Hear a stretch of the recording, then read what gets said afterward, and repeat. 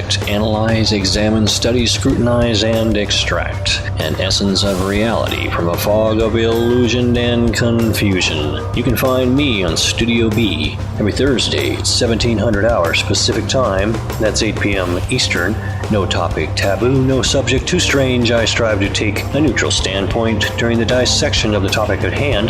That's Reality Extraction with Mr. Rowe on Revolution Radio.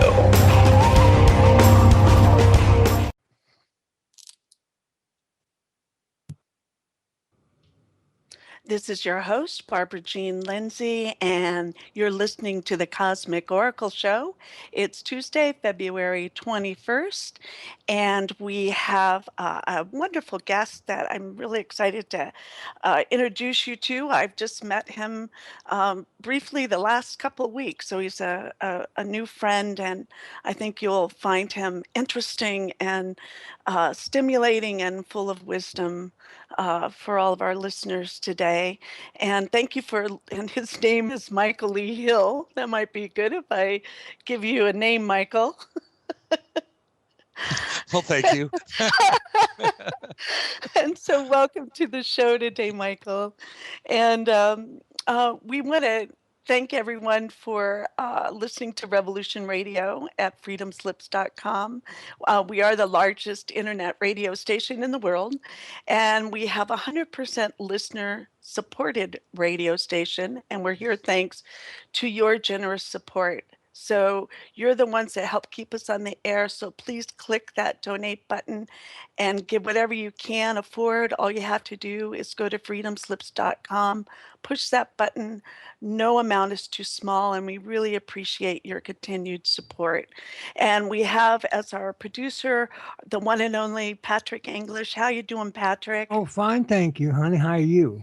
Good, good. It's still raining here in California, but we're still here. How's that dam doing? Well, my family's there, and they're still there. They haven't evacuated, so it comes and goes.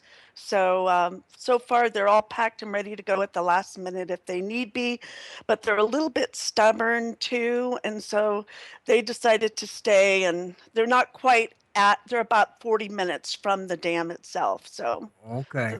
they have a little time to get out if need be still. I thought they were near Sacramento. They are. They're in Plumas Lake Because Lake area. I can't see them emptying the whole city of Sacramento, and I was thinking it's far enough for it to be safe. Regardless, Yeah. I don't know. Yeah, well, we got messages that it was evacuation time, and I received a notice that that you could go to where it's live telling you to evacuate. And so I called my sister in a frantic, and she said, "No, Barbara, there's nothing happening." And she's a good friend of the local sheriff there, and he called her, and there was nothing happening at all, though there was someone live streaming it that there was actually evacuation going on. Disinfo, huh? Yeah, just info. Imagine that, right? Really? Hard to believe. Well, not on this station, right? We get the We do our truth. best. We do. We get the truth here. And so, so how are we on our donations so far? Well, it is the 21st, and since we need $100 a day for this 28-day month, we are at 1678. We should be at 2100. However, we're not too far behind the curve, and much gratitude to those who have given. Just please help us out if you want us to be on the air. Thank you. And so we have Michael Lee Hill here today. And so, Michael, I'd like to tell our listeners a little bit about you. And from what I have is that you are an award-winning musician. And before the show, we were talking with Patrick about your guitars and that you received the Steve Vai Guitar Challenge Award. Yes, yeah. That was, like we were saying, I think some people might know I've had contact with what people would call extraterrestrials, and I found it more strange meeting Steve Vai and Joe Satriani. It's kind of surreal. Earthing with the alien? Yes, indeed. Well, part of our work here on the Cosmic Oracle Show is we hold sacred space for people to call in and talk about their experiences. And that's one of the reasons why I was really looking forward to having you on the show is about your footage on in Lake Erie, the Mhm. UFOs, and that you created like a Billy Meier like buzz and by filming that you seem to develop an intuitive relationship with these craft. And this is in your home state of Ohio. And so you catalog video after video of the UFOs over Lake Erie. And the phenomena consist of pulsating orbs of light. And you can see them changing colors and converging and separating and speaking to you. And so it's an unexplained phenomena that dates back 150 years to the indigenous North American Indian tribes. Indeed. Yeah, that was a strange one because once I started experiencing this phenomenon here, I started to do some research, and I found some newspaper articles from, the newspapers of this area's time back in the 1800s, and they said that, people would see these. They thought it was some kind of illusion that there was like a ship on fire that was hovering over the horizon, and they would send out rescue ships, and they'd get out there and not find anything. There was no Mm. wreckage, no nothing. And the Native American Indians of this time, they called them wizard lights, and they tell them, no, that's not what you think it is, just leave it alone. But yeah, two different articles, and then that's when I really started to realize, because people don't know the same area of Lake Erie. First of all, in Close Encounters of the Third Kind, if you remember those orbs of light that were going down the freeway, and they had the police chasing them.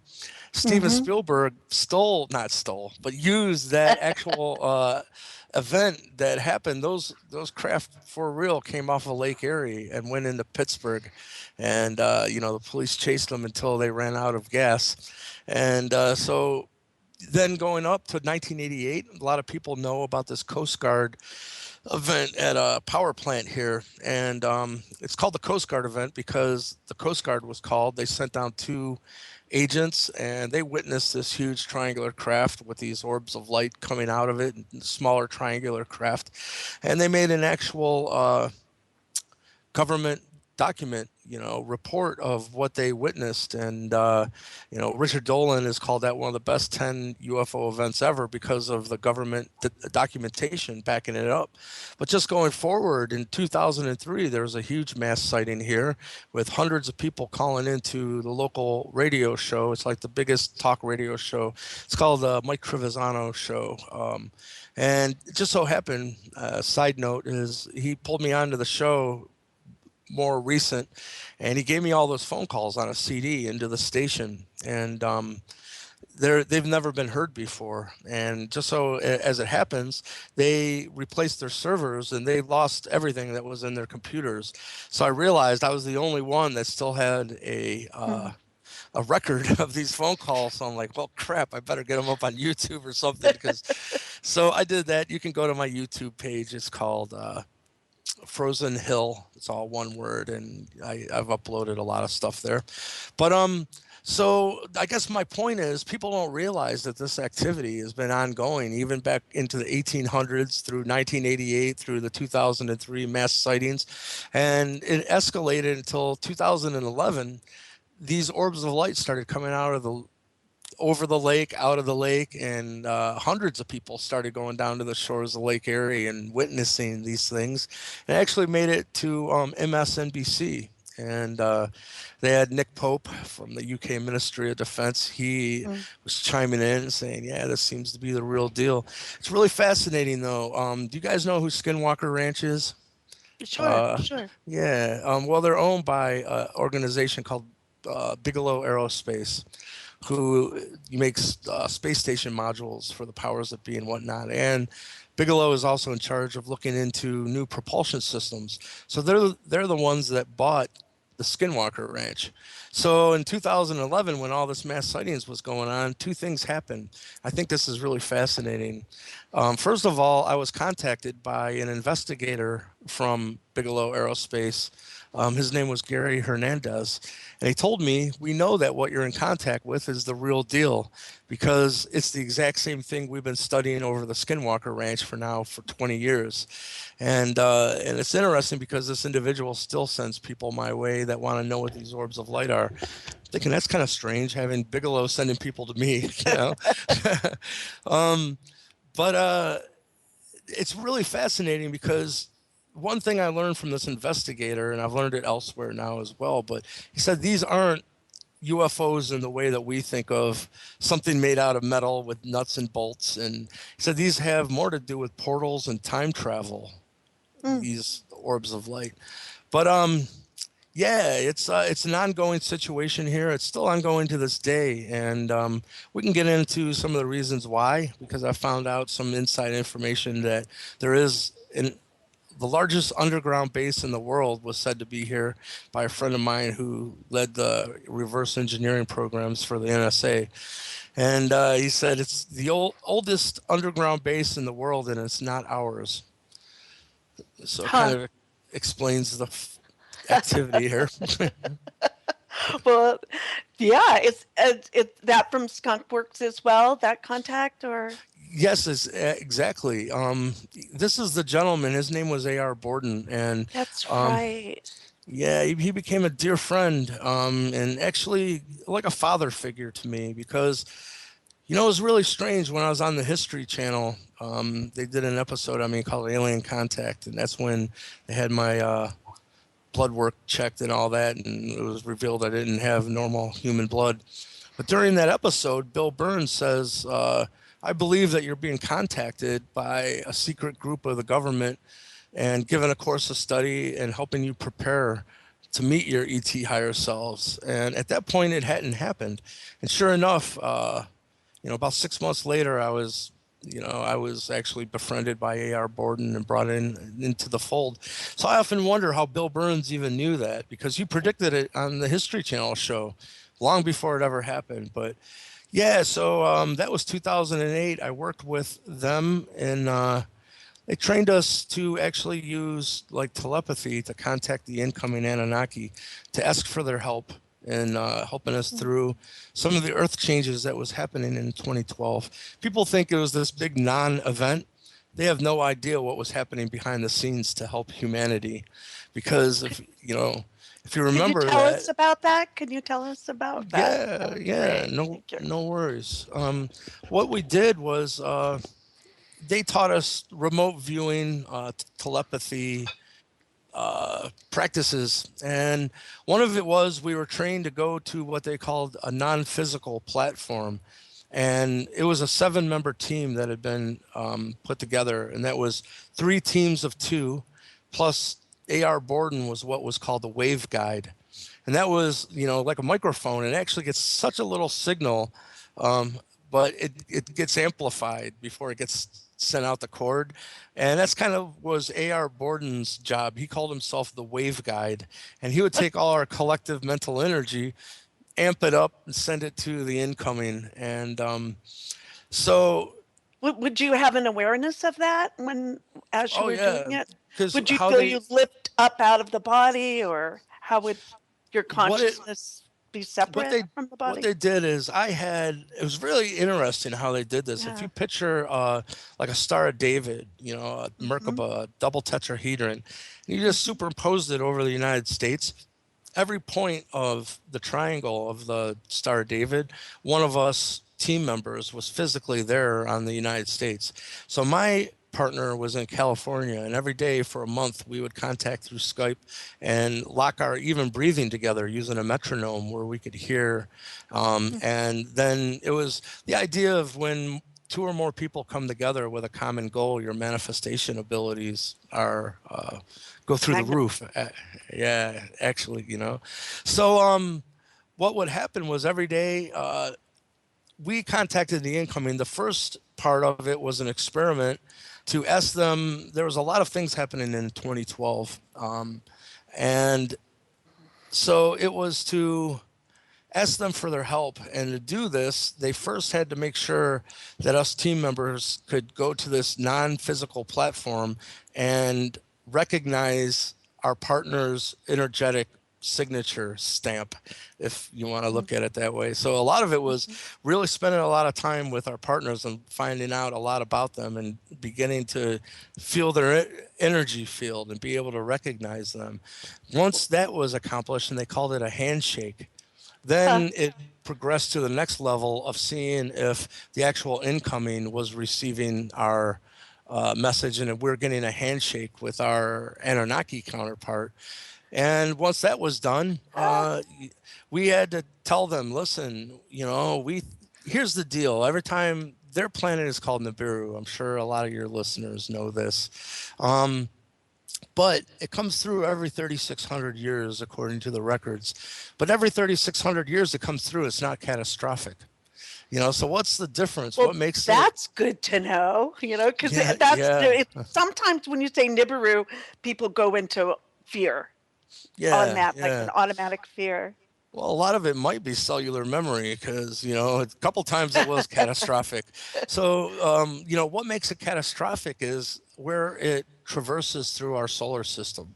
That if it comes through and it's between Mars and Jupiter, we have a fighting chance because we have something to buffer its effects on our tectonic plates and, electromagnetic fields and whatnot.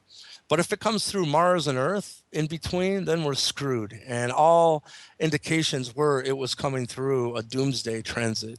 So we had to contact them and say, help, But part of the protocol was you just don't ask them for help. You bring to the table what you think is the best case scenario. And even though, obviously, they have a lot higher technology than we can even imagine, but we asked them for a change in trajectory as the planet came through the solar system to bring it between Mars and Jupiter so we'd have a fighting chance. From what I heard, it's kind of like the Anunnaki kind of laughed and they said, look at the children trying to grab the wheel, and drive. And it's really fascinating because the end of the matter, that's not what happened. I'm sure your listeners, you've heard of the Merkaba, your energy field around you. Well, once your energy field is ignited in a specific way through meditation and visualization, that, this field turns into a ball of light around you and pretty much you get to go anywhere in the universe, free pass. It's an interdimensional travel vehicle. But what people don't really know is everything has a Merkaba field around it. It doesn't matter whether it's a dog or a plant or a planet. So what happens when you ignite a whole planet's Merkaba field? Well, just like, our personal Merkaba field will become an interdimensional travel vehicle. If you ignite the whole Earth's magnetic field, Merkaba field, the whole planet goes interdimensional. So they said when all these problems were coming through in around the December timeline of 2012, that we were going to get the hell out of Dodge, but take Dodge with us. They said, truly, time doesn't exist the way that we think it does. And once a planet was removed out of this timeline and into the ether, 1/100th of a second would have equaled 36 years into the future. So to us, we were only gone out of this timeline for 1/100th of a second. Most of us wouldn't have even noticed. But in that time, the Earth went interdimensional, came back out in 2036. This cosmic super wave that was said to arrive in 2012, it passed some of the problem areas with solar activity that we were tasked with. And then we popped back into this timeline, and truly, they had told us we have taken the whole planet into a new timeline. And I do believe the work we did is why we're experiencing this whole Mandela effect. And, truly we're in a different timeline that is a positive outcome for mankind and not the previous one prophesied all this time. But to finish the story at the same time, after we had contacted the incoming Anunnaki, the AR Borden got a hold of us and said, listen, there's a Hurricane Sandy, that's heading into New York, if you remember back in 2012. He said there's a lot of evidence it's being steered artificially. And they want this to happen. The transhumanists, they wanted this depopulation agenda. And so they tasked the team to get this information to the incoming Anunnaki. And they said, listen, we know you're not weathermen, but we're going to give you a tasking instructions booklet. And I still have all this. I can share it with your listeners. But they said, this is all the most current data from weather satellites and whatnot. And we know you're not weathermen, but we just want you to put your eyes on this ebook. Just read it. We know you don't understand it, but they'll know what to do with the data because they're going to be somewhat looking out of your eyes. They're going to be using you as their iPhone, you know. You'll be their smartphone connection. So we did that, and we gave them the information for the storm coming in. And people don't really know this, but on the other side of the United States, on the western coast, in the ocean, there was earthquake Charlotte. And that created a 20-foot wall of water, a tsunami that was heading right for Hawaii. And in real time, because they knew they had like about 3 hours time before this wall of water was to hit Hawaii. So in real time, they took all the people in Hawaii, took them to higher ground, and live on CNN and everything, they awaited this wall of water to arrive. And on both coasts, those storms lost all intensity before they landed. But that's what caused the death of A.R. Borden, because the last time I talked to him, he said, our mission was successful. We did stop these events that would have been catastrophic for mankind. But his last words to me was, well, we pissed off the wrong people too, that they had a depopulation agenda, these transhumanists. To them, they'd go down into their bunkers and leave us to go down with the sinking ship. And then once the smoke had cleared, they would rise back up and have their little utopia and not have to worry about us crazy humans misusing unlimited free energy and whatnot. So, about 3 months later, they came down with a really rare cancer and was dead, And like I said, he was kind of like my father figure. So it really pissed me off how they played dirty pool, Yeah. But, I'm so sorry to hear that. It's sad when someone that you love so much and is so yeah, life passes, even though you know that you have them here spiritually and you have that connection with them still. It's still Barbara, the craziest thing I can even tell you is I don't even still have them here in the spiritual. A.R. Borden has returned into my life as a whole other incarnation.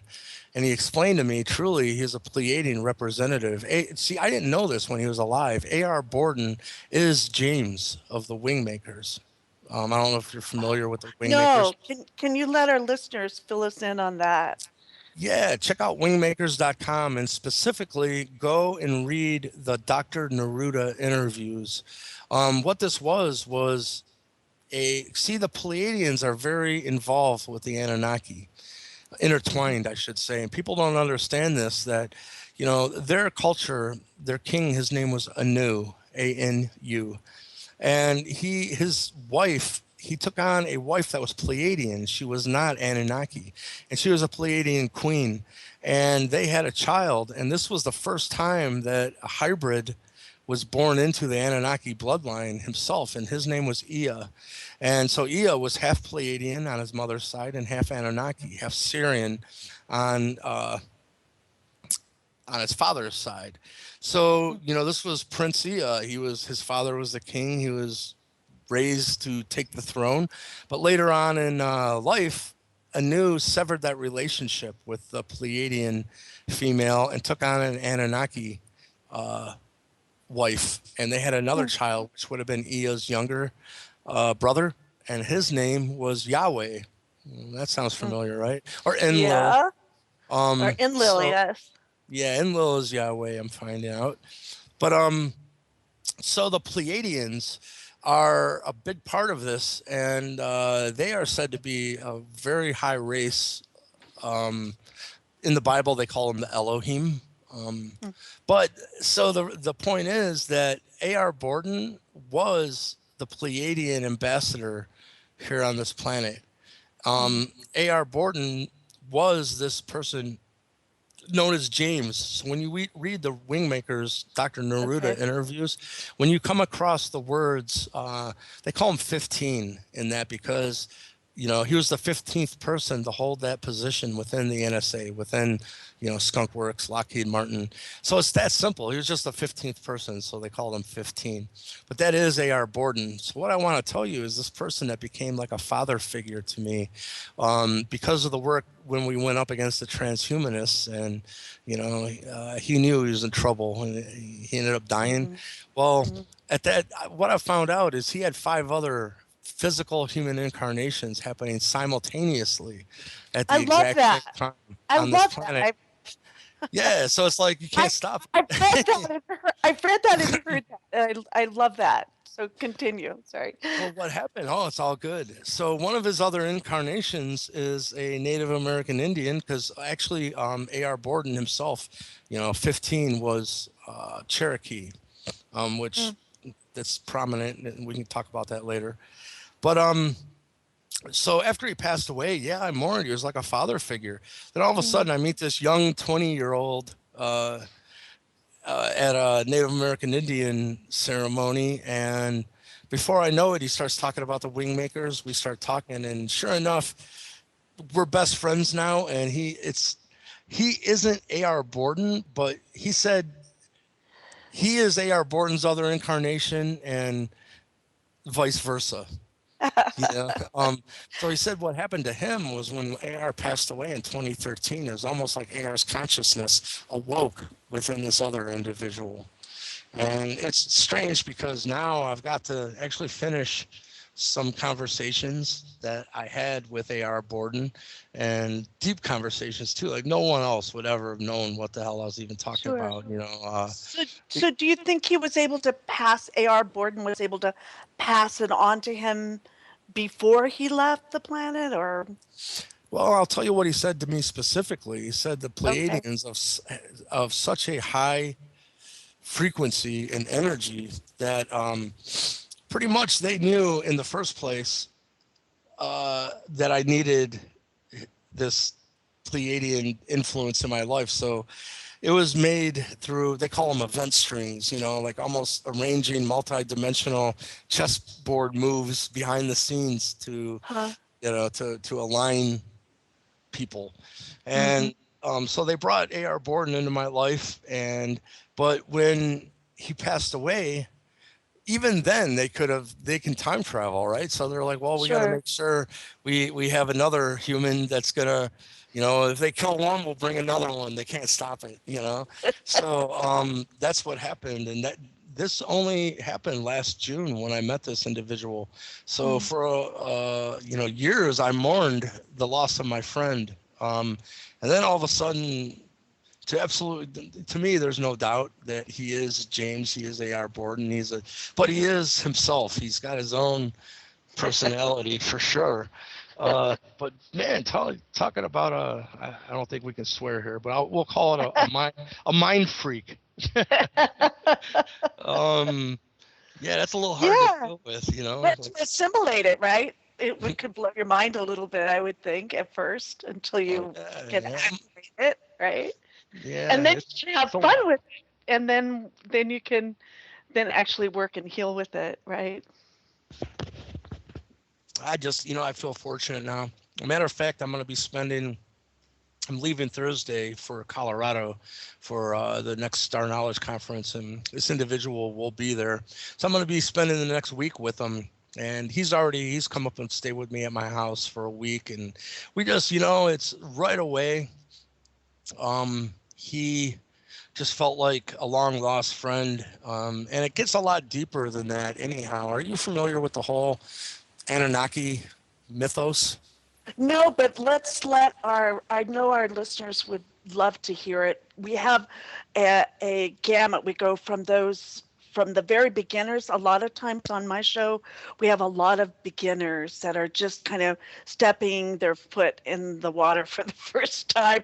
And then we have Uh, like Patrick and I, the old folks have been around for years too, listening. So we have this array of different aspects and perspectives. But so if you could kind of give us the basic of the Anunnaki would be wonderful. Cool. Well, they said, as we were saying earlier, they are the inhabitants of this planet. It's truly a part of our solar system, but it orbits way out into deep outer space. It only comes back through our part of the neighborhood every 3,600 years. What's interesting is your listeners can go and type in Planet X found January 2016. And you'll find out that all through, they've already released to the mass media, our scientists know this planet is there and it exists. So it's not this crazy conspiracy theory anymore. They know it's there. But every time it comes through, they had, through their own evolutionary process, kind of destroyed their own ozone the way that we're destroying ours. And they needed gold because they would powderize it into a really fine, like, mist, and with other elements as well. But they would put it up into their atmosphere to shield their planet from solar radiation when it came through our part of the universe. And not only that, they found if they powderized gold and turned it into monoatomic gold, it's called, and inhale it, that gold, it makes all your like neurons fire, your DNA. It's the highest capacitance for transmission of energy. So have you tried it? Have you tried it? Yeah, when I when I first met the Anunnaki in 2008, this individual had a vial of it and he took it out and he put it on his like if you look at your hand where that cup of your thumb and your forefinger, right there, he put some on his hand and like kind of made a line out of it and said, would you like to do a line of this gold? And I'm like, well, I guess if an Anunnaki asked you if you want to snort some gold, what the hell? So yeah, I tried it. I want to say on one end, I felt like I didn't feel anything. There's no buzz involved or anything like that. And I didn't really feel any difference, but I can say later on is when I did meet this individual, that Marduk. So maybe it did do something, but yeah. But so what would happen was, because they needed this gold, and by the way, that's why this gold kept them rejuvenated on a cellular level and very long lifetimes. So not only did they use it to buffer their planet from solar radiation, but they used it to keep themselves rejuvenated. So when they came through our part of the solar system, they realized, wow, this planet has huge deposits of gold, meaning Earth. So they set up mining operations here for, I think it was about 400,000 years before mankind ever set foot on this planet. So right there is kind of strange. Like, are they really aliens? If they were here 400,000 years before we were, maybe we should be calling them. Yeah, and they found it in the ocean mainly, right? Is that if I remember right? Gold actually is everywhere here. They said in Africa there's some huge, Michael Tellinger is pretty much expert on that they found these huge mining operations in Africa.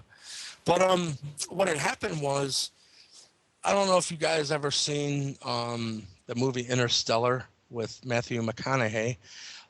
They got into this time differential kind of thing happening, and the easiest way to understand this is Einstein had this thing called the twins paradox. And he said what happens is, like, say you got two twins on the planet, and one twin gets in his spaceship and goes off and travels at near the speed of light for 5 years, turns around, comes back to Earth. Well, his earthbound brother will have been dead for like 500 years. That Einstein said the faster you travel through the ether, how you perceive time truly changes. And so to think about this, each brother, like the one in his spaceship, he's got a wristwatch on and it's still clicking 1 second equals 1 second. For him, he doesn't feel any type of time change. But to his brother on the planet, his wristwatch is still clicking 1 second equals 1 second. There's not a problem until they try to come back into each other's timelines. Mm. Then the brother that was traveling at a fast velocity through the ether. Well, take this, and they said, as crazy as this sounds, they've actually proven it with the speed that even jets fly. That they could put an atomic clock into a jet airplane and have a ground-based counterpart and have them sync together. But once the jet went up and flew, a couple 100 miles an hour faster than its ground-based counterpart, when it lands, they'll be a few milliseconds off on their atomic clocks. So really, to wrap your head around this, you need to realize that planets have their own speed through the ether.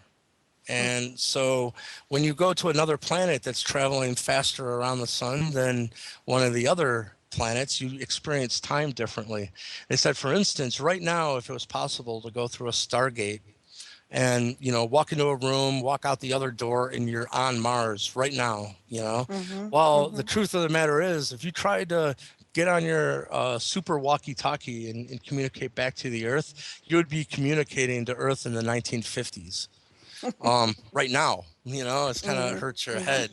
But, because of this, the Anunnaki that were coming here to mine gold, they were having problems with this time shift that when they went home, their loved ones were aged differently. And so they were actually going to have civil war. The Anunnaki that came here to mine the gold, they were called the heroes because it's truly like a death sentence. They looked at it as to come here and do this. So, this is how the whole creation of mankind enters into this, because a lot of people say, well, they just go around creating slave labor, and that's not the case. It was a do or die situation for them. They thought if we could have some help with the toil and labor, maybe it would alleviate the situation that's leading to civil war. The King Anu was amassing troops to come here and take care of the heroes.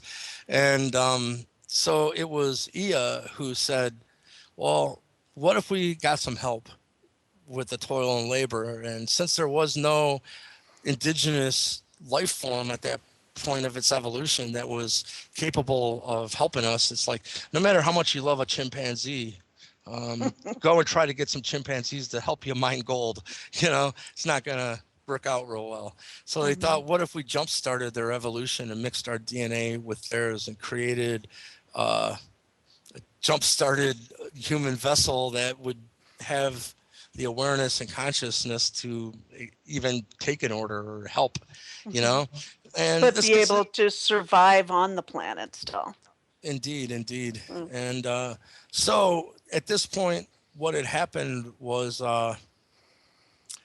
this experiment happened, and a lot of people say they created us as slave labor, but from what I understand, it was more like pampered pets.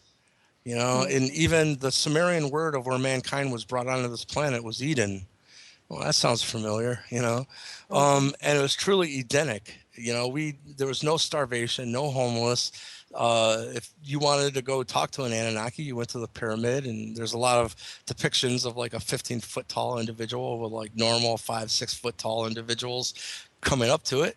They could go and know that they're not alone.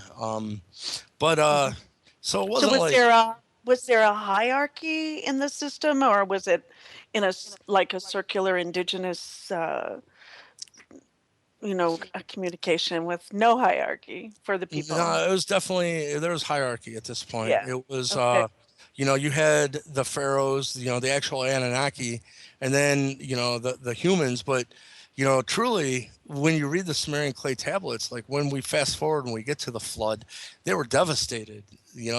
Some of the Anunnaki, they dropped to their knees and wept because they loved us. Some of them looked at us as pesky gnats. You could get into that too. But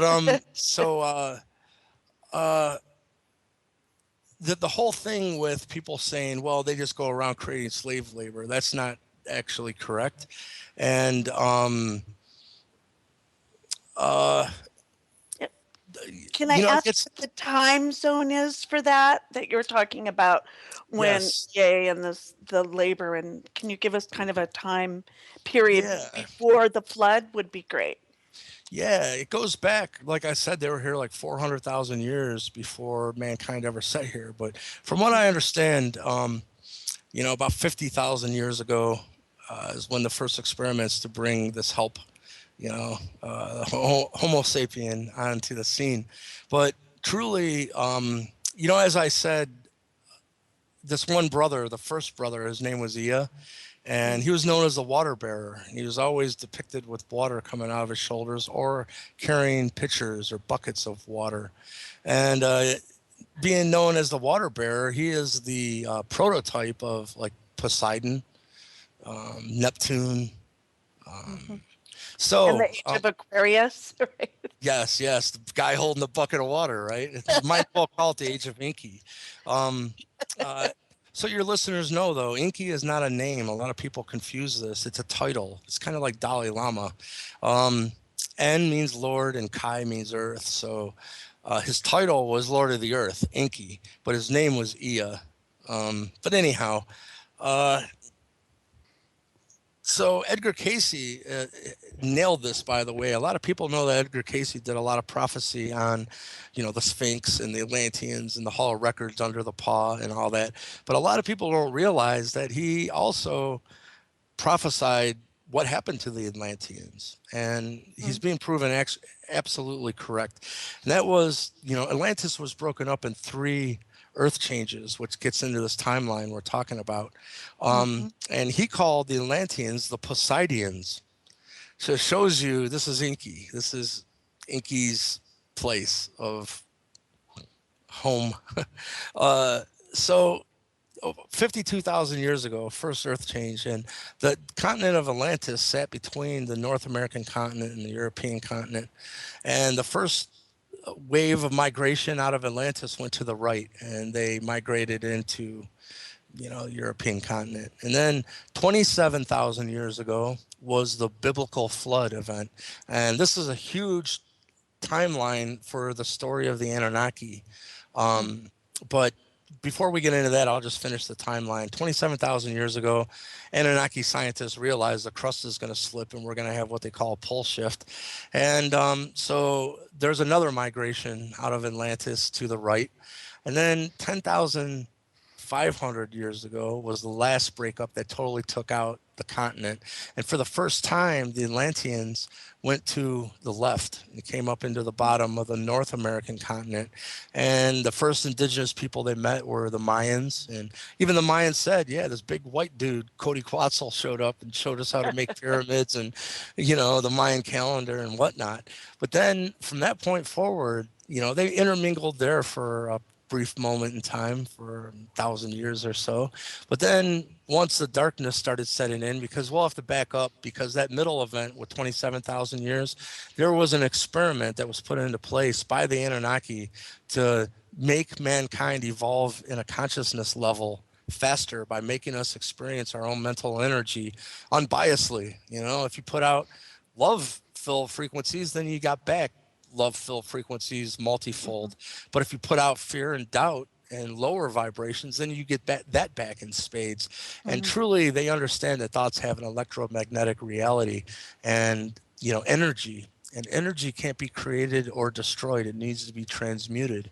So how do you transmute a negative thought form? Well, you live it, right? It comes up in your own personal reality for you to choose love over fear and transmute those energies into their higher octaves. But Right. But that you was build a relationship with it.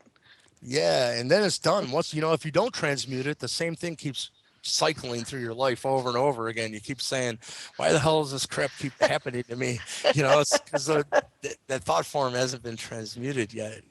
Right. But Right. so that's 27,000 years ago. So you can see when we're talking about when they met the Mayans, this experiment to accelerate our blowing through our shadow work was well underway.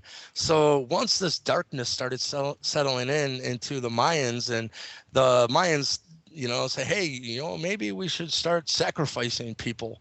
That would really make them happy. The mound builders are like, wait a minute, I think it's time to keep going. straight up through the continent. Well, they truly did become known as what we know of now as the Native American mound builder culture, which predates the Native American Indians by thousands of years, by the way. So Edgar Cayce had said that the Atlanteans became what is known as the mound builders, and then eventually intertwined into the Iroquois uh, confederacy of Native American Indian tribes. And then people might not know this, but the Cherokee are Iroquois DNA cousins. It's the same bloodline. And then the final place of this intermingling of the bloodline was into the Sioux Native American Indians, which is the Lakota, Dakota, and Nakota Indian. Yeah, so the bloodline's still here, which is interesting. And what really gets fascinating with this is, to back up all of this, in 1998, they found a brand new DNA haplogroup. And haplogroups are just like with DNA testing now. They can go backwards in time and see exactly where a DNA type came from. And up until 1998, might have been 97, I'll have to check on that, but it's not that long ago is the point. They found a brand new haplogroup. And up until this point, they had all the haplogroups here for the Native American Indians as haplogroup A, B, C, and D. And all those tribes followed the migration route that we've all been told. They came in through the Asian migration route and all that. No problems. Our history books are good. But now haplogroup X2A shows up, and people can go to Google and just type in haplogroup, all one word, X2A. You'll find some info. It's really not a lot of it out there yet, but because it doesn't go along with what we've been told, because what they found was haplogroup X2A only exists on this planet in the tall skeletal remains that have been removed out of these mounds. And usually giant stature, by the way, 9 to 15 foot tall individuals. But 3% of the Native American Indians still have this haplogroup X2A still to this day. But this is an interesting talking point because they're not giants anymore. So I believe it's proof that the genetic work has never ended. It's still ongoing, But so is there also an Egyptian link as well, if I remember right? Yeah, exactly. Because what you find is not only, and mind you, it could be much higher percentages in the Native American Indians still to this day, but not many Native American Indians have had their blood checked and looked for this, DNA marker. So it could be much higher, but we know at least Native American Indians still to this day have this bloodline. The mound builders' skeletal remains has this DNA, but then when you go backwards, you can see backwards in time when you find the largest concentration of that DNA type, then you found their home base, right, in the past, and it just happens to be the hills of Galilee. It's one of the lost tribes of Israel. And this gets weird to me because, I've been kind of attacked recently saying I'm promoting God's chosen people, and all this. I'm like, I'm not religious in any normal way, and the lost tribe of Israel, I hate to say to me, means nothing because it's not part of my belief system. I'm just following the evidence where it goes. You do with it whatever you want to do with it. If you want to look at it fearfully, I can't help that. But to me, it's just actually finding out hidden history of what's been kept from us, and I've got a pretty good grip on now why it was kept from us, because there was this experiment, right? We're saying that this experiment was put into place to make us experience our own mental energy in an accelerated fashion. Well, the Anunnaki decided, to do this experiment, let's break off into two camps. One, we'll call it dark, and it would be their spiritual role to look out over the mass consciousness, and if someone's vibrating fear, they come in and give you the chance to experience your own dark thought form up close and personal, and in hopes really that you'll change it and choose love over fear. But then there's Team Light, who is whispering in our ears and giving us insight into sacred geometry and music and culture that leads the human spirit into higher realms. So both of these groups are working, and they told me when I met them, they said their own succession of kingship and how they relate to humanity was based on the processional cycle. And I didn't know anything about the processional cycle at this time. Actually, this was in 2008. I didn't know what an Anunnaki was. You know, there was no Mhm. ancient aliens on TV or anything. So I was like, I don't know what the hell's going on, but I'm listening, you know. Well, Um, it's quite a download if you're not used to it. It's a lot to kind of wrap your mind around if it's when you first encounter it. yeah, yeah. It was funny because when I got home from this meeting, I contacted AR Borden. And at this time, I didn't know he was an Anunnaki, you know. I'm like, hey, I met these people. They said they're Anunnaki. He's like, oh, shit. Oh, wait a minute. I asked him, I go, you know anything about these people? It's funny in hindsight. Um, but so where were we? The kingship, the processional Oh, cycle. processional cycle. Yeah, they said this experiment to accelerate human conscious evolution said the very second, the first second that we entered out of the age of Pisces into the age of Aquarius would signal a new time of succession of kingship for the Anunnaki and how they relate to humanity. And they said we've made it. In their own words, were mankind is earned the right to be treated as equals. And so yeah, it was all based around the processional cycle. And what they told me was the second we entered into the age of Aquarius, this experiment to accelerate human conscious evolution was over. We would either have learned our lessons or we wouldn't have. And if we wouldn't have, we would have got the doom and gloom ending to this story. And another another flood or yeah, start all over. well, Kind of, people are going to find out, man. I'm going to spill the beans right now. And I don't really talk about this because, man, it is a frightening subject. But I could tell you, I guess it's a good thing to get it out there because it's not what people are going to be told and it's not what people think. But, you know, the ending of the story is on its way. And if we wouldn't have learned, we would have had this meteorite impact the Earth. And it's coming and we'll be here in 2036. And, what has happened with this is I partnered with David Sarita on a film, and we had this gentleman named Boyd Bushman from Lockheed Martin. He was a senior scientist who just spilled the beans. You know, he showed us working anti-gravity. Let us film some of the documents and whatnot. But during this interview, he points up and there's this picture of this meteorite, and he said, you know, we know this is coming. We're tracking it. It's going to come between the Earth and the Moon in 2029, and it's not going to be debatable, right? You know, and then it's going to get locked into Earth's orbit, and it's going to cycle twice around the planet, each time with a decaying orbit. And in the third pass around, which will be 2036. By the way, this was interesting because I told you the work I did with AR Borden, they ignited the Earth's Merkaba field. They said they took the planet to 2036. So I don't know why that's important, but I do know it's not coincidence. But so they said Lockheed Martin knows it's going to strike somewhere in Siberia, and it's going to be a civilization ending event, really.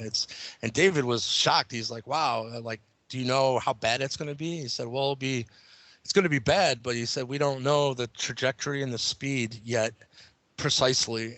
So it depends on what angle it comes in and whatnot. So what I can tell you now, fast forwarding, is the Native American Indians have released to the world, the masses, that they have prophecy of this meteorite coming in, and it will be here in 2036.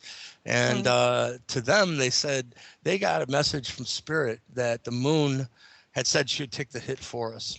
And she would make sure she was between this incoming object and the Earth, and that she would take the hit.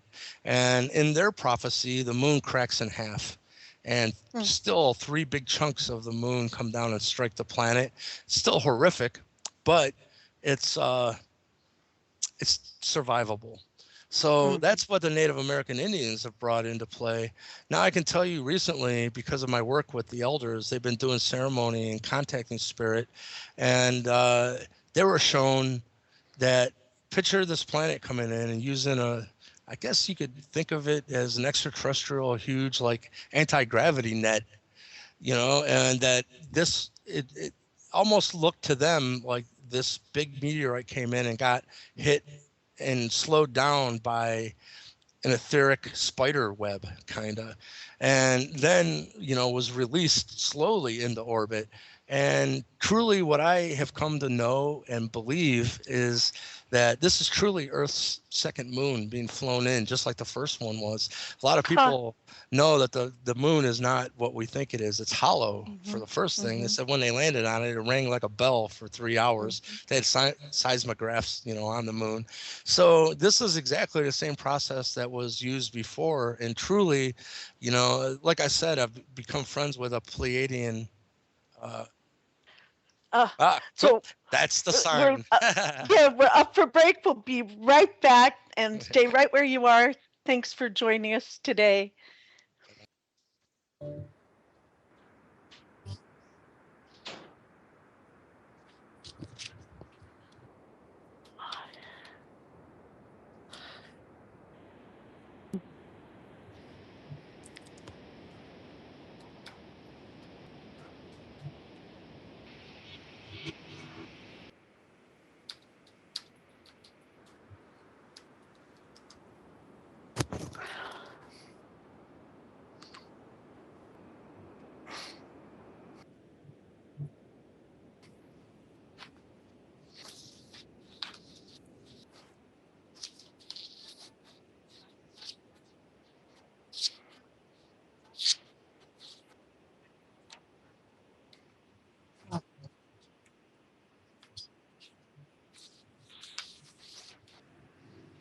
This is your host, Barbara Jean Lindsay, and welcome back to the Cosmic Oracle Show. We want to thank you for tuning in today, and we have with us a wonderful, mesmerizing guest, Michael Lee Hill, and you can reach him on at michaelleehill.net.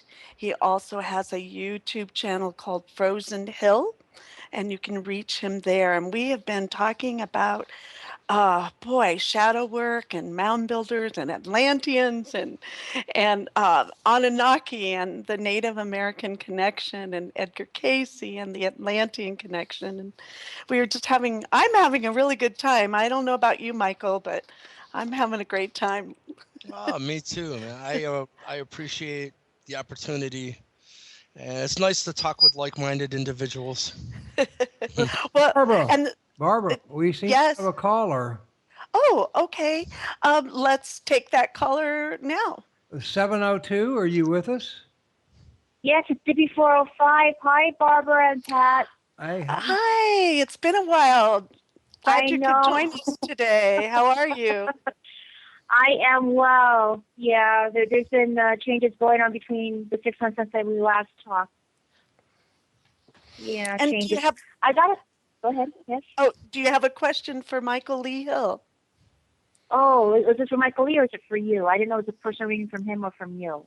Oh, no, it's Michael Lee Hill is talking about his experiences as an Anunnaki and as a spokesperson and he will be the lead speaker for the upcoming Star Knowledge Conference, the 1111 Star Teachings and Solar Eclipse Ceremony in February 26th this weekend in Golden, Colorado. Because you don't do readings, do you, Michael? No, I don't. Yeah. Oh, okay. So usually I do apologize. No, don't. Usually no worries. Usually we do readings, but when I have a guest on, I like to hear what they have to say as well. That's what I thought. Is that okay? Or can it keep until next week's show? Is that cool? Yes. Yes, okay. Of course. But stay with us and tune in, and we love having you on the show for sure. Okay. And so also for all of those that are listening in, we do ask that you go to freedomslips.com, find that donate button, and please give a donation. Be generous. Keep us on the air. No one gets paid for any of the shows that we do, that we host, or the producers, or all the time that Mike Ringley puts in on the show and his family. So thank you from the bottom of our hearts to yours for your generosity in keeping us on the air. And you just have to go to freedomslips.com. And so we're back. And so, Michael, we were like in the middle of talking about the haplogroup and the X2A as Mhm. well. Would you like to? And I know that you discovered that this is part of your blood as well. Can you tell us a little bit about that story and how that came to be? Yeah, Or because wherever you want to take it to, Michael. no, that's perfect because Okay. it's interesting because I was adopted Mm. at a couple years, I mean, a couple days old. So I never knew my heritage. I never knew my nationality. Most people would say, "Oh, dude, I think you're Italian." I'm like, "All right, whatever," you know. But because of being on the History Channel and them revealing this unknown blood anomaly, they told me if you know how to get in touch with your biological parents, you should, to see if this is some kind of hereditary thing, you know, and maybe they know something about it. So I did the work, and I actually ended up meeting my biological mother for the first time in late 2008, and I met my two half sisters as well for the first time, so that was beautiful. But this is for the first time when I found out that my great grandfather was pure blood Seneca Iroquois, and I never knew I had Native American Indian heritage at this point. I found out on my mother's side I'm Iroquois, but on my father's side I'm Erie Montauk, and you find out Montauk means pharaoh, and Huh. this truly is tied in with Egypt, all of this, because what you find out is, you know, this bloodline was here in East Lake, Ohio before Egypt, and the first written 10 commandments ever found on this planet, written in ancient Hebrew, was found in Newark, Ohio, not Egypt. And it was removed out of one of these mound sites. There's another, I guess you call it a Jewish menorah, that was built into a mound structure here in Ohio well before Egypt.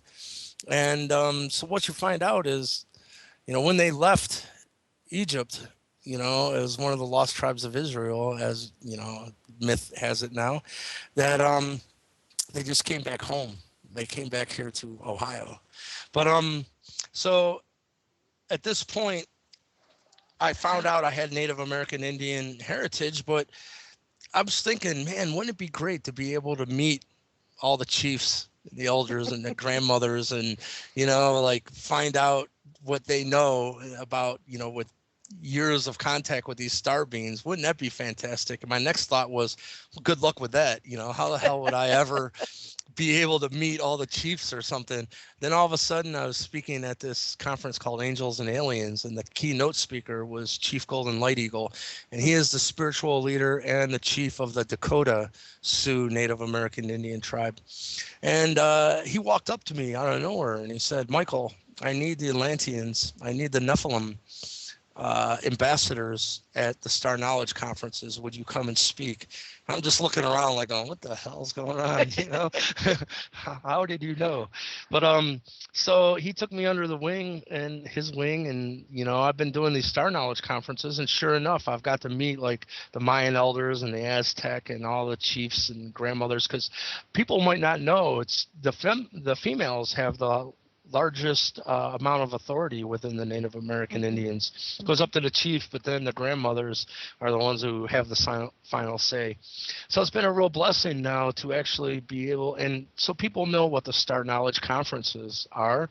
20 years ago, Chief Golden Light Eagle got permission from Spirit that it was time for them to start sharing all the wisdom and knowledge that they've gained from thousands of years of contact with what they call star beings, you know.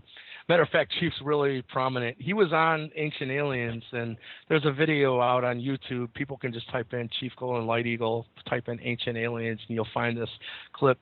It was him yelling at the producers not to call them aliens. Like, if you call them aliens, they're not going to show up. You've already like started off with a negative connotation right off the bat. What does he suggest we call them? Star brothers and sisters. Yes. Yeah. Yeah, he said if you start right off the bat, like with separation, you know, you're not going to get very far with them. So we're family. So yes, indeed. Mm-hmm. You know, I look at it as this whole big multiverse. We're all family, Mm-hmm. you know, within it.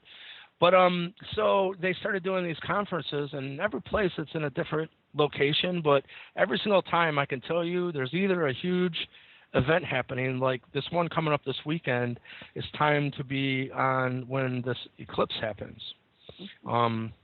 And most of the other times it's during an equinox, and there'll be a mound site close, and then all of us, because I've been brought in as kind of like the Iroquois ambassador to these events, and all of us. I understand they call you grandfather. Yeah, grandfather means Zia, and I didn't even know this because when I met the Anunnaki back in 2008, they told me you were once known as Zia. The water bearer. And believe me, if I didn't know who the Anunnaki was, I was like, what? Yeah, okay, what the hell is that about? It's kind of like, I've said it before, but you know, it was almost like someone coming up to me and going, hey man, you're the Easter Bunny. Well, all right, you know. So it came full circle. Like 2008 is when the Anunnaki told me these things. And then last June at this ceremony, I started getting all these synchronicities from spirit regarding grandfather. And the first one was someone for the ceremony, they went and cut down a tree, and it's for a Native American Indian Sundance ceremony. And the tree is a big part of the ceremony. So the day before the event is called Tree Day, and they go do a ceremony and sing and take down a tree and then take it back to the grounds to use during the ceremony. Well, on the way back to the cars to go back to the Sundance grounds, someone grabbed me by the shoulder and said, hey, they're having a grandfather meeting in the woods, and your presence is requested. And I'm thinking, what the hell? So I go, and it's right where they cut down the tree, and there's another young girl there. She was a sun dancer. She pointed into the trees, and she said, they're in there. You can't miss them. So I went in, and it was not an easy journey into that brush. It was pretty thick. I got in there, and there's no one there. I was like, what the hell? Am I being Indian punked, you know? And so I got myself out of there. Like I said, a lot of thicket and a lot of thorns and stuff. My legs were all cut up. I'm like, what is going on? Like, why would they tell me to go into the woods and there's no one in there? So we got back to the Sundance grounds, and this little girl comes up to me, and she says, Spirit told me to tell you that the reason you didn't see the grandfathers was they were in spirit form. And I was like, whoa, wait a minute. How did you know? You know? And she goes, oh, Spirit told me. And she kind of giggled and hopped off. And I was like, wait a minute, man, this is getting strange. So now fast forward, I'm talking with one of the grandmothers, and this lady came up and talked for about 5 minutes with her, and at the end she said, thank you, grandmother, so much for your time. And, oh, by the way, is this your grandson? She said, no, this is the grandfather. Again, I'm thinking, what's this grandfather stuff, man? I don't have no kids, you know, don't even have a girlfriend. I don't see how this is happening. And so a little bit later on, the whole culmination to this happened because one of the other grandmothers pulled up and she asked me if I would go for a ride with her, and she wanted to go over the Sioux history of how the bloodline came into this continent.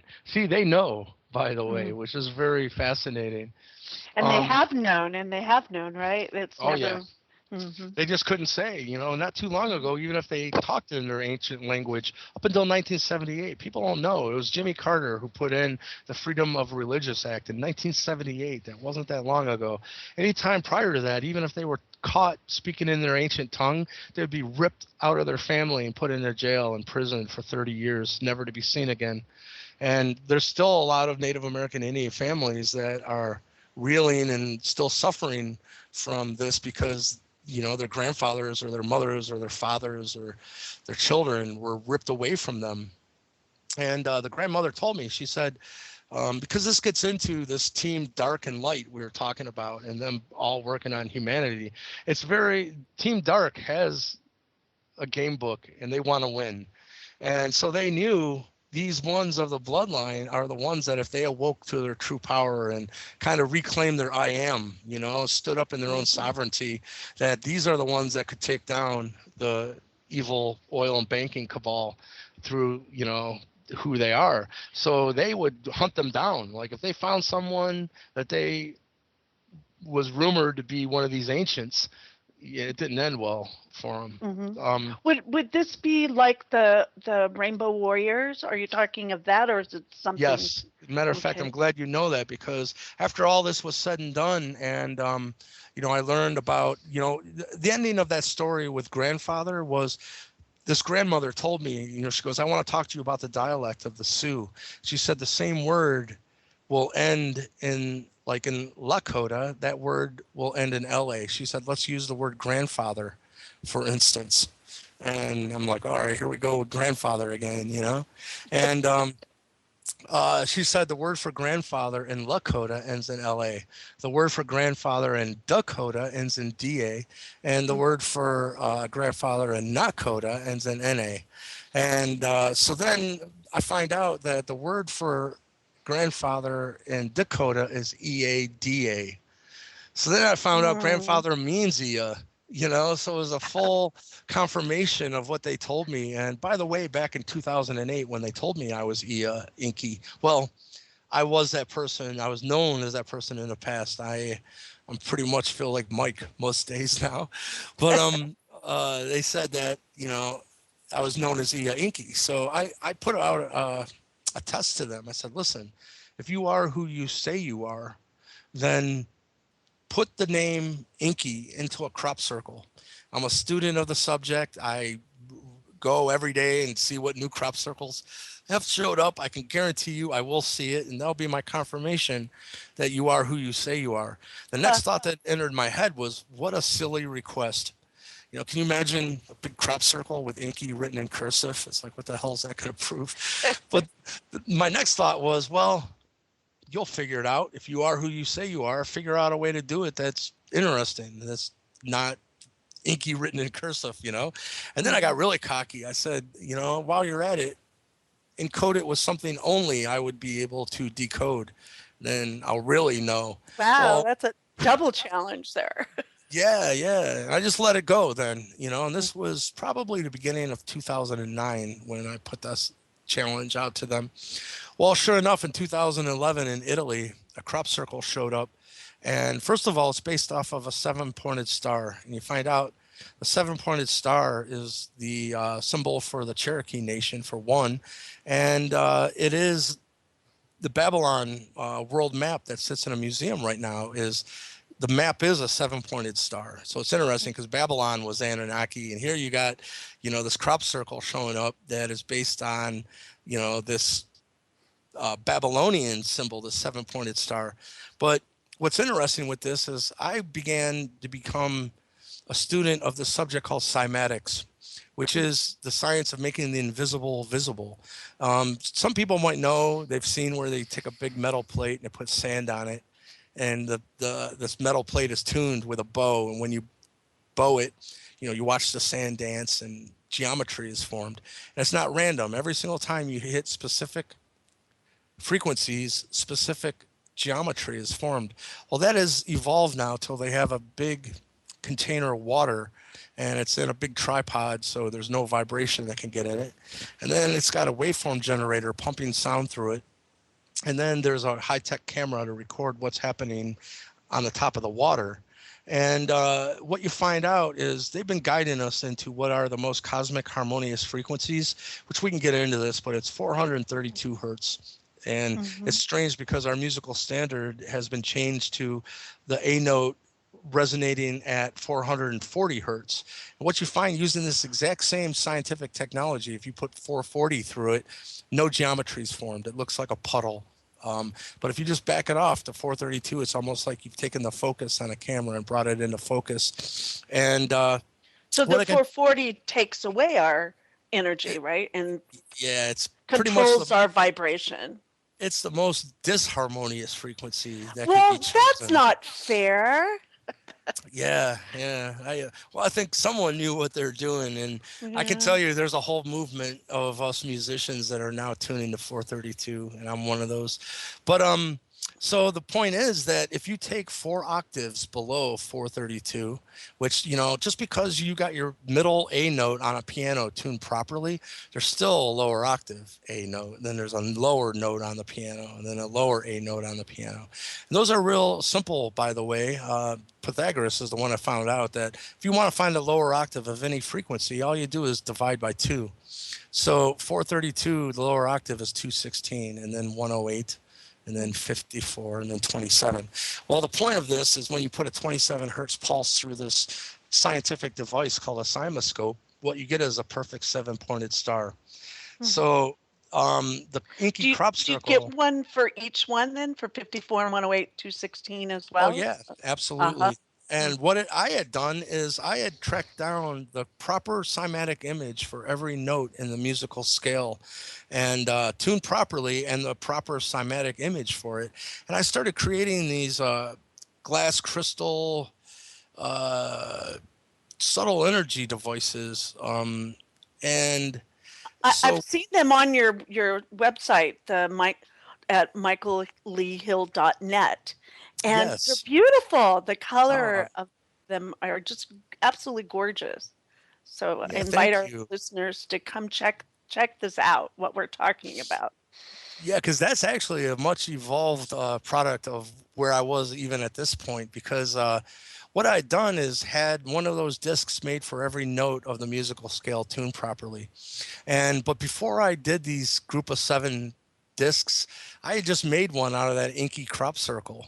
And, it was sitting on the table. And then I got to these cymatic images. And mind you, the crop circle that showed up in 2011, people can find this, by the way. Just type inky crop circle and it will come up. I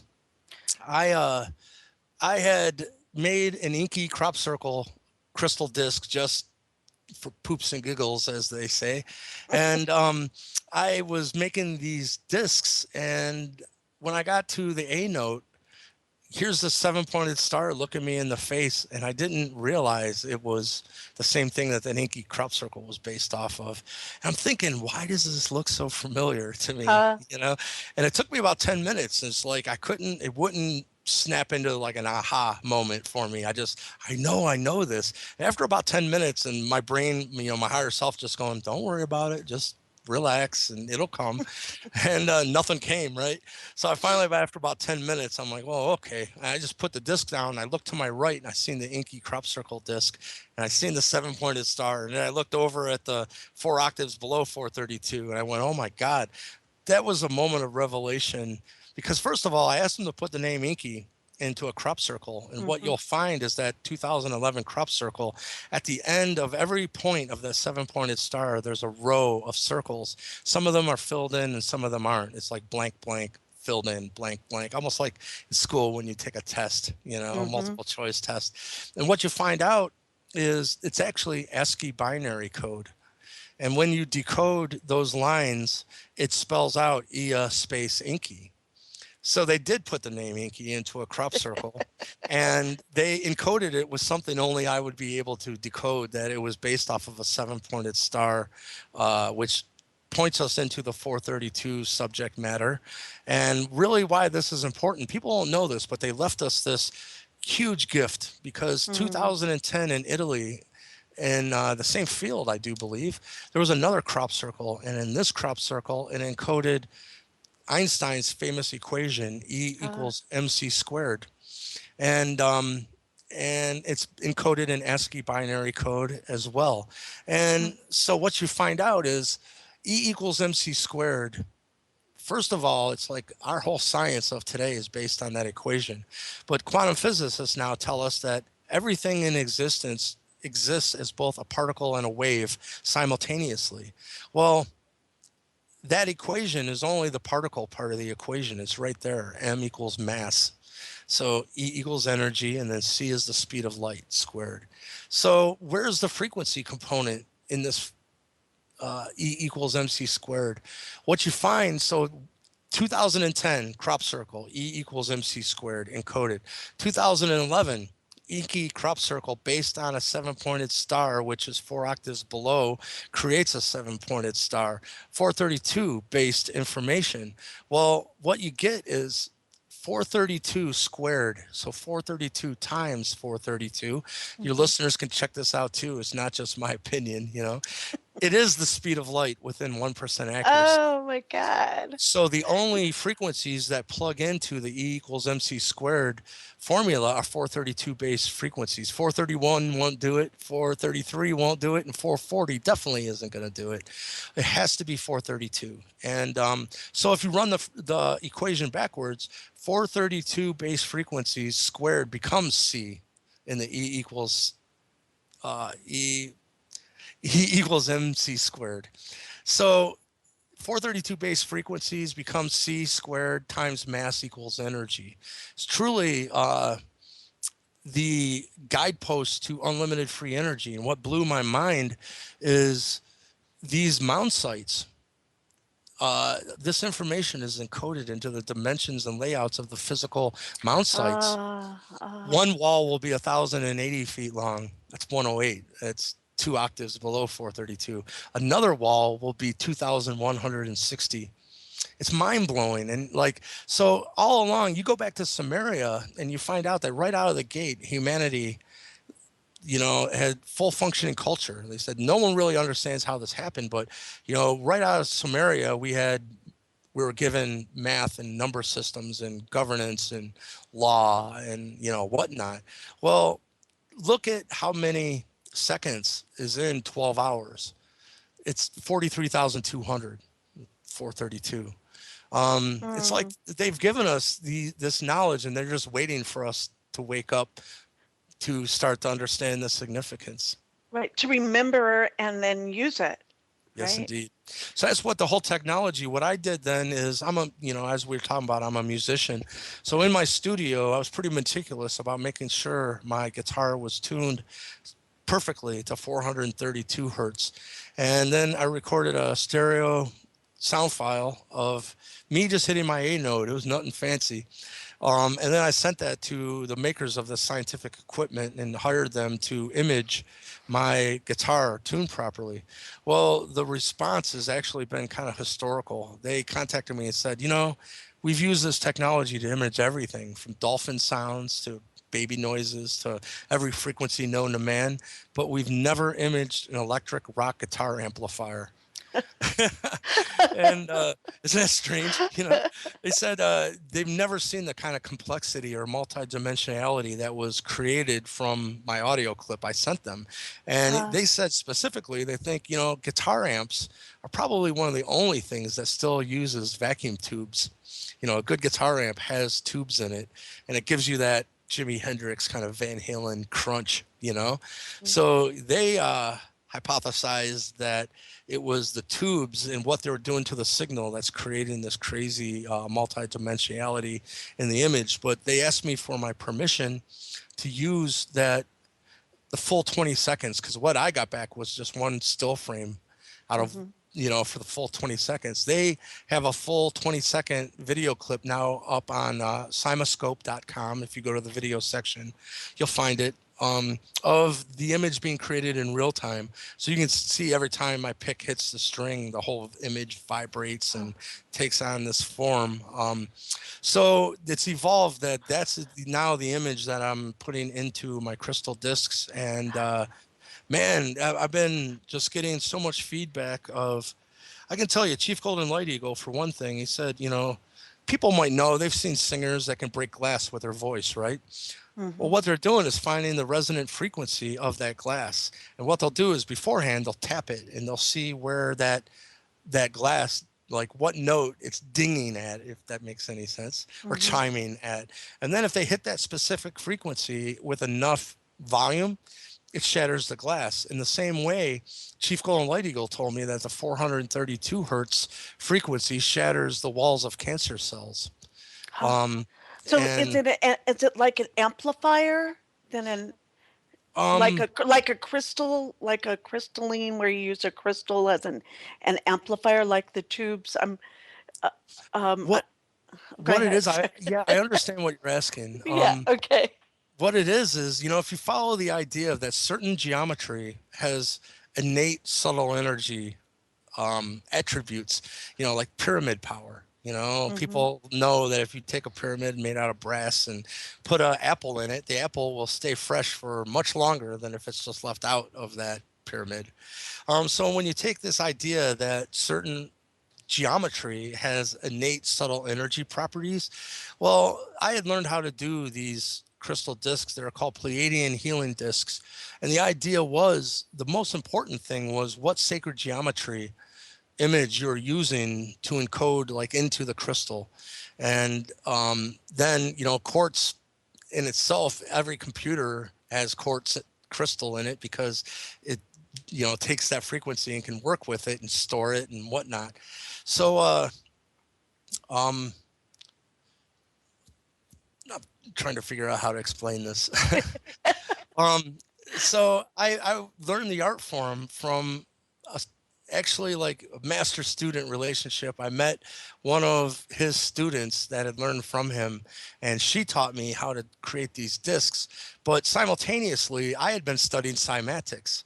And once you see like Mother Nature's geometry, how encoded these images are with sacred geometry, like I've showed on my website, you can take a cymatic image of a D note and then take the flower of life and superimpose it over top of it, and it just lines up perfectly. They're so encoded. So I thought, why use a computer generated sacred geometry image in these crystal discs? Why not go to Mother Nature and use the image of Mother Nature into these things? Mm. So what I can tell you is the discs themselves, I've found out, like for instance, I had a friend who is in the pure water business, and in the process of making maple water, uh, uh, maple, maple syrup, they tap the bottom of the tree and water comes out. And in the past, farmers would just use that as like scrap water to wash their hands or whatever. Well, you find out it's one of the purest water on the planet because it gets filtered through the whole maple tree. Mm. And so he calls us over. He goes, Michael, you got to see what your crystal disc, these, you know, what this image is doing to the water. And he poured, there's 4 of us there, and he took a plastic cup and put about an inch of water in each cup. He said, I want you to take a sip, but don't pay attention to the taste. Pay attention more to the texture of the water because you'll see. So I took a sip. Okay, got it. He put it on the disc for about 3 seconds, and he said, that's all it takes. Now check it out. I took a sip, and like the actual structure of the water had changed. It got so like more liquidy. Is that a word? It was like thicker, you know? And sure Huh. enough, all of us tasted it and we're like, wow. So later on, I had a vending table, and this was interesting. This little boy walks by. He was only about 6 or 7 years old. And he's like, ooh. And he walked up and he put his hand over one of my discs. And his mom said, do you see energy? He said, yeah. And his mom looks at me and she goes, wouldn't it be nice to be able to see energy? I can't, but he's been able to see energy his whole life. And Mm. she picked up the disc and she said, show me how high up it's coming. And he went up about 3 foot above the disc. And then all of a sudden he put his hand under the disc as well. And she goes, oh, it's coming out the bottom too? And he said, yeah, you know. Mhm. And so a lot of confirmation that, you know, this thing is putting off an energy field. What I was told is that 432 image itself is, it's such a high frequency that's creating it that it it just blocks all lower like archonic mind control Mhm. kind of frequencies. And so that's why, you know, it became very important to me to find out some way of making this technology wearable, because the crystals, you can't really wear them. First of all, it's kind of too heavy, and each disc is wrapped in copper, which keeps the energy inside and like balanced and amplified and whatnot. But it doesn't make something you can wear. And by the way, this guy that had the maple water, I asked him, what do you think is creating the effect? Is it the crystal? He said no, he believed it was the image itself, the Huh. 432 image.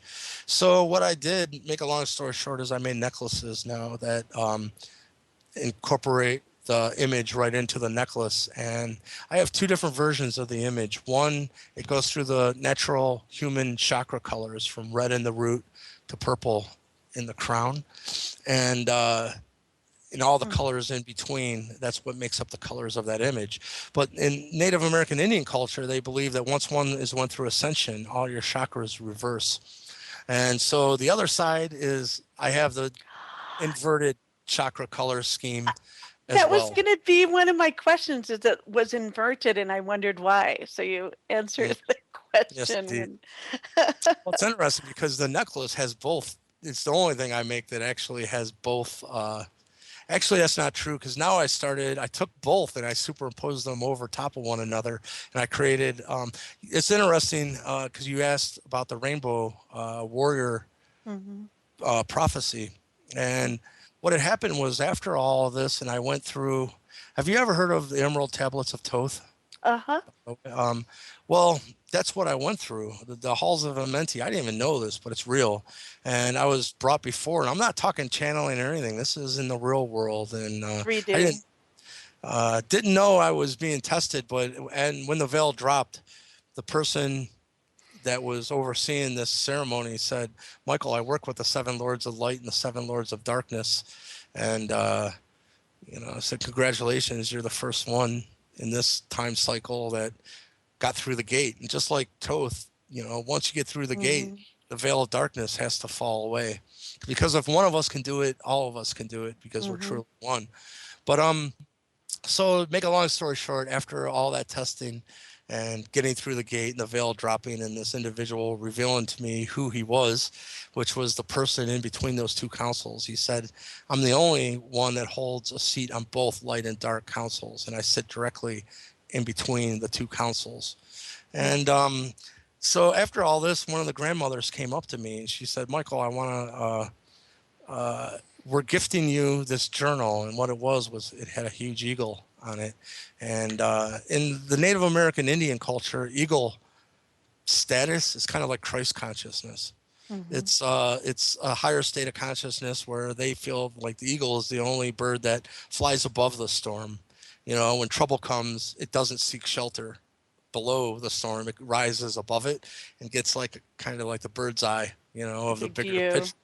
Yeah. So she said, "I want you to pay attention. This has a giant eagle on it." And she said, "You are the rainbow we've been waiting for."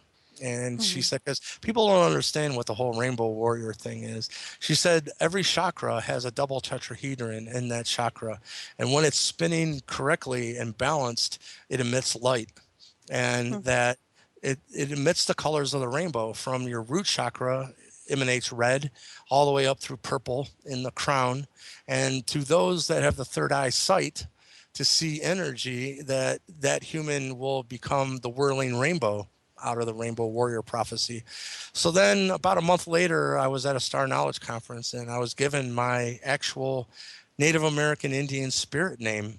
And it is Rainbow Warrior Eagle. That's a cool name. Yeah. Wow. It's a good one to have pulled out of the bucket. But so I can say we are right in the midst of the Rainbow Warrior prophecy coming to fruition. And because of what's happening in Standing Rock, the United States government knows you can't be going around the world talking about civil rights when the United States was based on the largest genocide ever committed on this planet. And some people put the genocide as high as 100 million Native American Indian women, children, and men were slaughtered. And all the treaties have been broken. So, man, I'm going to spill the beans here, but I'm working with some people that, I was just sent a book of all the treaties that have been broken. And there's a big movement now, even within the United States government, that man, this is huge. But imagine going back to the survey from 1775, and everything that was Native American lands will be given back to the Native American Indians. They'll be recognized for who they truly are, which is this lost nation. And it's really fascinating because, like I said, I found out that my hometown of Eastlake, Ohio, is the first site of the mound builders ever on this planet. Once they left, the Mayans, they just continually traveled right up through the middle of the United States until they dead-ended at Lake Erie and set up camp.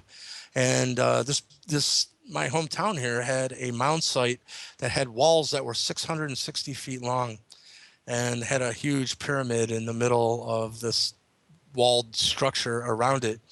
And so what's interesting is then you find out, I have newspaper articles now I'm going to be releasing. I've been working with the East Lake Historical Society and getting this information that, first of all, the mound builders were here and they built this mound site here. But then after that, the Erie Montauk Indian tribe ended up being here. And then after that, the Iroquois Seneca came and did battle and kicked out the Erie Montauk out of this area, and they took it over. And the Iroquois, as you know, Edgar Casey, and what I've found out, that's the remnants of the Atlanteans. So as weird as all this sounds, I started to realize there's this road. It's one of the oldest roads in this area, and it's called Lost Nation. Well, it's like, oh, I wonder who named it that, you know? And that's you're not a coincidence, right? no, it gets even crazier because I'm really wondering, it had to be a Templar because the Templars were very instrumental in, you know, the formation of the United States. You find out our forefathers went to the Seneca to find out how they united their 5 tribes that had been at war with one another for a very long time. And somehow they were able to unite their tribes. And here the United States wanted to unite these states, you know, and this is not how things were done. And our whole government was based on their form of government.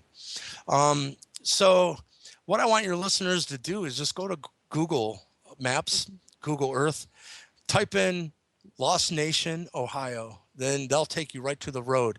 Take Lost Nation until it dead ends onto Lakeshore Boulevard, right at Lake Erie. And if you take a left within 1 mile, 1.5 miles, you're at the first site of the mound builders ever in the United States.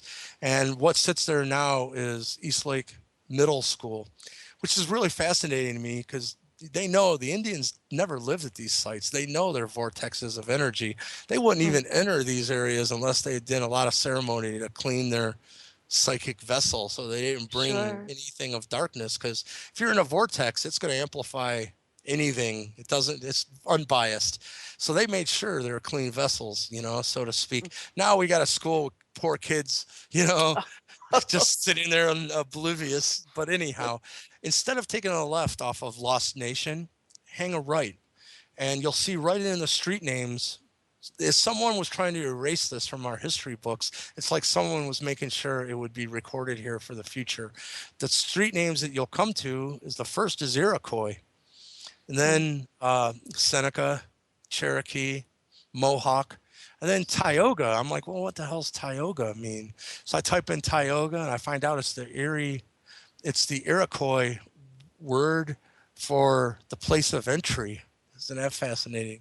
So it's built right into our street names here, and you don't have to take my word for it. So what's happening right now, it's very strange because it's not even debatable that East Lake, Ohio is the home site of the Iroquois Seneca. Well, people don't know the Seneca is the only tribe that were never defeated. They still own their land in New York. As a matter of fact, when you go through there, there's a big sign that says you've now left the United States. You've left New York.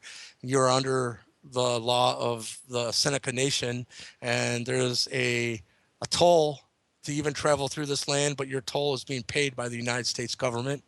And Salamanca, which is where Niagara Falls is the only city in the United States. It's not owned by the United States. It's leased to the United States by the Seneca Nation. And it was the late 1990s, this 99-year lease was up to lease this land to the United States. So they had to redo this contract, this treaty. And in that time, the Seneca was given $80 million.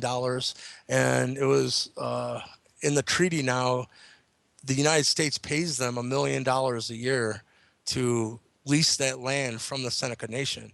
So there's already legal precedent that the Seneca own their own land. And that where they have it, if the United States wants to use it, they have to lease it back from the Seneca. And it ain't my opinion, you know, it's right there. So what I want to tell you is what the powers that be didn't know is they hid their home base. They hid East Lake, Ohio is their land. East Lake, Ohio has never been owned by the United States. They don't know it yet. But so right now I'm in contact with you know, this whole book of civil rights violations against the Native American Indians, and truly I can tell you the United States government is working on going back to the 1775 survey, and finally the Native American Indians will be viewed as their own nation, and they'll have their own currency, their own laws that will not be part of the United States.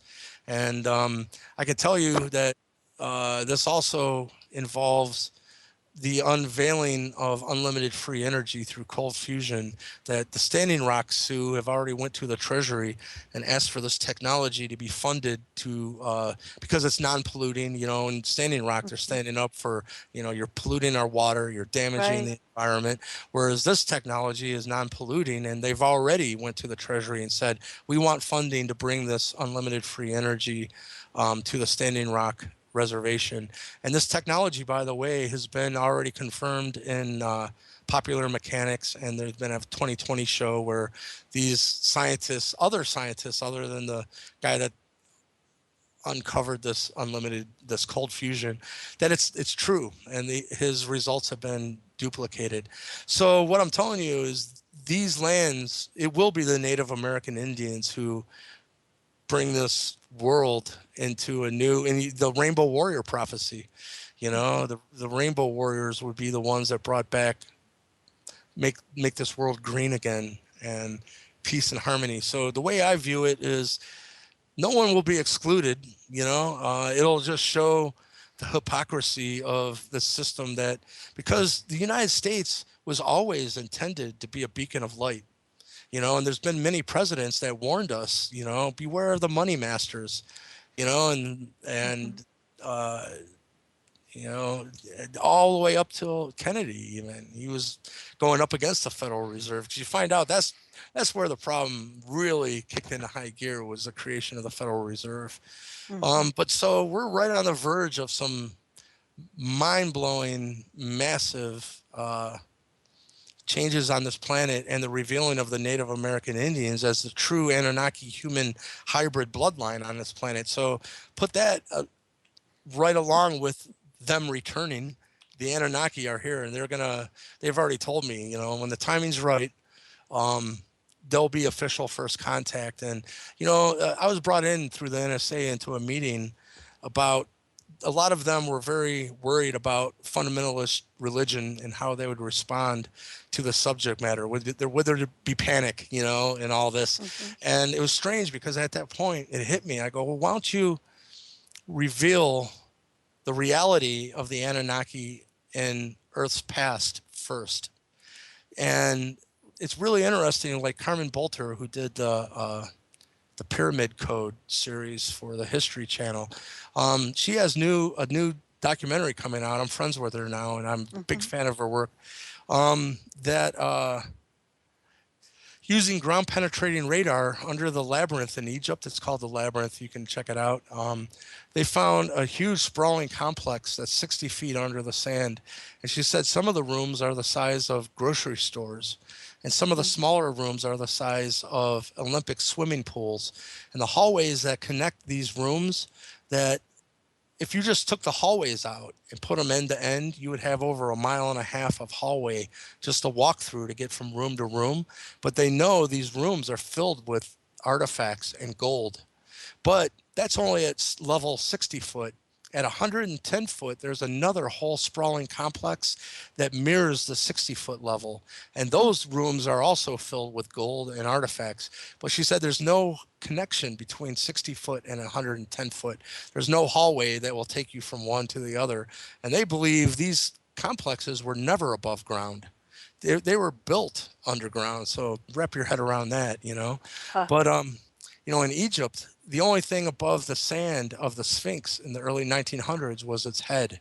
They had to uncover, excavate all that sand around it until they went, oh, wow, there's a body, Well, similarly, about 99% of the pyramids that are in Egypt are still under the sand.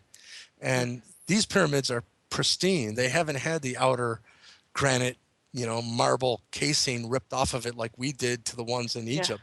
Or the gold top, right? Indeed. So humanity has never seen a pristine pyramid in its original state. And, all it takes is an Anunnaki sandsucker. Bring in the sandsuckers. But anyhow. And do you think there would be something like that underneath 60 feet, 100 feet in East Lake, Ohio as well? Yes. First of all, you find out in this area, it's the largest salt deposits on the planet. And there's huge salt mines under Lake Erie. And a matter of fact, Morton Salt is about 5 minutes away from this area. And they, So what I've discovered too, and by the way, back in the day, Morton Salt used to give tours, and you could, go down a mile under the lake and check out the salt mines. But I heard a lot of people say when you got down there, there are certain shafts that there would be an armed guard there, like you don't go down that shaft, But I'll tell you, when A.R. Borden told me, he said, Michael, you know what's underneath you in that area. And by the way, he told me in the past too, he said, that serpent and the Valley of Ohio there. He said these mound sites will be proof that the Anunnaki were in that area a very long time ago. And so he told me that, the world's oldest underground base that's not ours is under Lake Erie. And he said one of the entry points to this complex was Wright-Patterson Air Force Base in Dayton, Ohio. And he said they could go down there and take like the high speed, shuttle service, whatever, that, from Detroit, they could be in 10 minutes to the underground base. And I'm like, well, I'm all ears, what's it look like? And he said under there was huge open spaces that kind of look like you went into a huge Sumerian, pre-Egypt landscape. And that's where they spent most of their time. They said that it was a big open hall where they would come and work. And but then there was hallways, offshoots off, and that there's private living quarters then off of these offshoots. And Thank you. I'm like, wow, I can't wait. I can't wait to hear. We have to have you back on the show again and tell us your next findings. And we want to let the listeners know that you will be the star speaker at the Star Knowledge Conference, upcoming Star Knowledge Conference, the 11/11 Star Teachings and Solar Eclipse Ceremony. It's a ceremony, February 26th. This weekend in Golden, Colorado, and you can go to starknowledgeenterprises.com and find out all the information. If you can't make it, they are streaming it. So if you can't physically go, you can still be there in spirit and go ahead and do the streaming of it, which means everyone can attend. So we really want to thank you for coming on and go to your website, michaelleehill.net. Thank you, Michael. Peace. Thank you. Peace out, everyone. Bye-bye. Thanks, Patrick. You're welcome. Have Thanks, a good Patrick. weekend, everyone. Welcome. Bye-bye. Bye-bye. And thanks for calling in.